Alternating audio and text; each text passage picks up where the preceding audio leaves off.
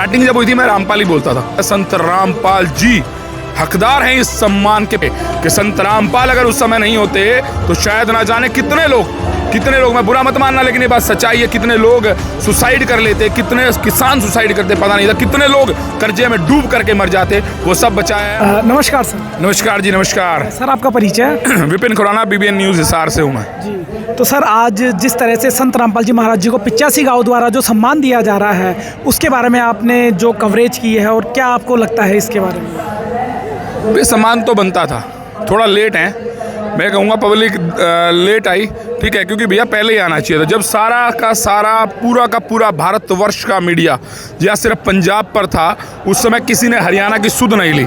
उस समय अगर किसी ने हरियाणा की सुध ली तो वो थे संत रामपाल जी महाराज। देखिए, स्टार्टिंग जब हुई थी मैं रामपाल ही बोलता था और इसको लेकर के काफ़ी कंट्रोवर्सी भी थी। कुछ भगत मुझे कहते भी थे, मिलता था कि यार अच्छे काम कर रहे हैं आप, संत क्यों नहीं बोलते। फिर मैं संत रामपाल बोलने लगा, मुझे लगा थोड़े अच्छे काम कर रहे हैं यार।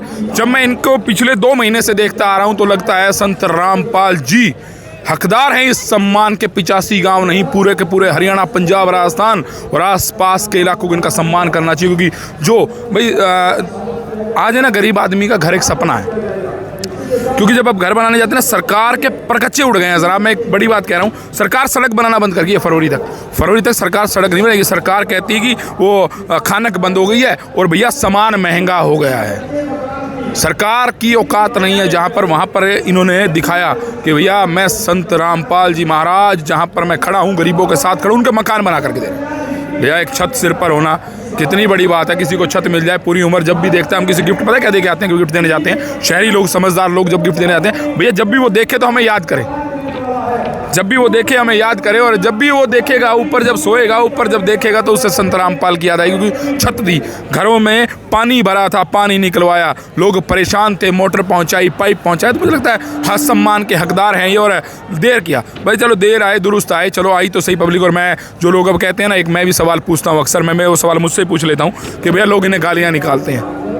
भाई गालियाँ हमेशा उससे ही, पत्थर हमेशा उससे पड़ते हैं जो पत्थर फलदार होता है। जिस पर फल लगे ना उस पर ताने लगा लगे पत्थर मारे जाते हैं। क्यों? क्योंकि भैया कोई फल टपकेगा। लोग चाहते हैं ये काम रुक जाए, सरकार भी तंग है इससे, क्योंकि सरकार तंग ही होती है ना। सरकार को लगता है जो काम हमें करना चाहिए, हमारा काम कोई और कर रहा है यार। बाकी मुझे लगता है इससे बढ़िया कुछ नहीं, लेकिन फलदार पेड़ों को पत्थर लगते आए। और मैं इनके निर्णयों को, और संत रामपाल जी से मुझ कहने की मेरी औकात भी साथ नहीं है, लेकिन फिर भी मैं इनके निर्णयों से कहना चाहूँगा कि भैया घबराएं मत, ये सब चलता रहेगा। जब हाथी चले बाजार तो हज़ार, सही कह दिया ना मैंने। बाकी चलिए आपने पूरा कर दिया, लेकिन मैं संत रामपाल जी महाराज और उनकी टीम को साधुवाद करता हूँ कि बहुत अच्छा काम कर रहे हैं। इस तरह लगे रहिए और बोलने वालों की परवाह मत कीजिए। सर, संत रामपाल जी महाराज जी की जो अन्नपूर्णा मुहिम है, उसको ग्राउंड स्तर पे आप किस तरह से देख रहे हो? अच्छा काम कर रहे हैं लोग। सरकार की मुहिम होती है भैया, कागजों में होती है।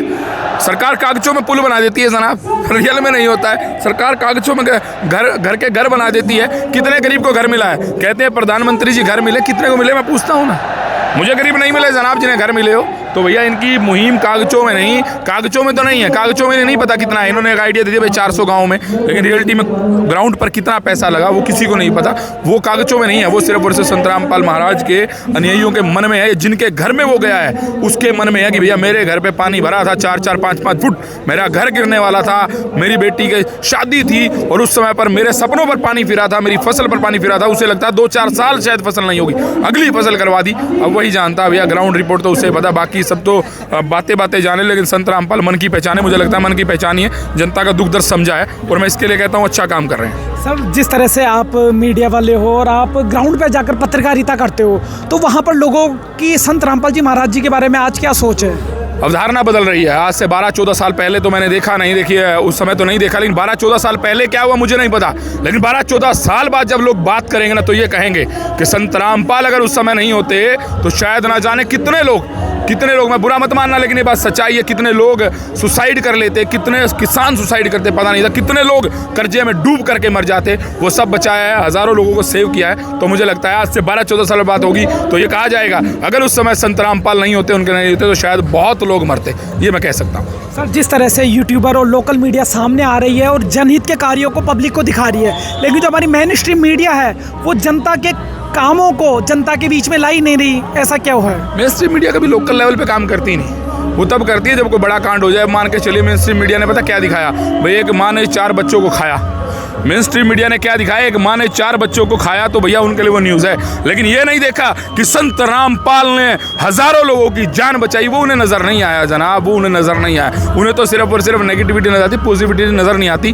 बाकी बड़ा मीडिया है, उसके बारे में ज़्यादा मैं नहीं कह सकता, लेकिन उन्हें भी सोचना होगा। जो अच्छा काम करे तो दिखाइए, एक बार तो दिखाइए, ज़्यादा गुण मत दिखाइए, एक बार तो दिखाइए। यही पत्रकारिता का मूल्य है, कह सकते हैं, लेकिन हर किसी की पत्रकारिता अपनी है, हर कोई अपने विचारों पे चलता है। कोई क्राइम की स्टोरी करता है, कोई सेवा की स्टोरी करता है, कोई मर्डर की करता है, कोई कुछ करता है, हर किसी का अपना नजरिया है। लेकिन दिखाना चाहिए था बड़े पत्रकारों को, मुझे लगता है एक बार तो आना चाहिए था। धन्यवाद। बहुत बहुत धन्यवाद।